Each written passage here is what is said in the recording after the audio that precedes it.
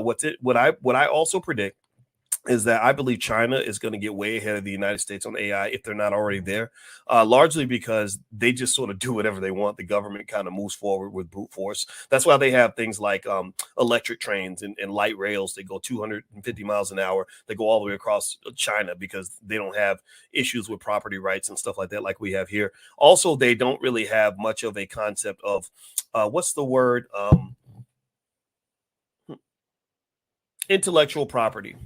They don't in China, they don't view intellectual property the way we view intellectual property. So in China, I remember when I taught when I was teaching finance in China, I noticed that like movies that were not even in the theaters yet over here would be getting sold on the street in China because somebody in the factory would just, grab a copy, bootleg it, and they'd be selling it on the street. They were terrible copies, but they just really don't have any sort of concern or respect for anybody else's intellectual property. So I think that that's going to lead to them being able to really move forward and advance on AI in ways that we won't.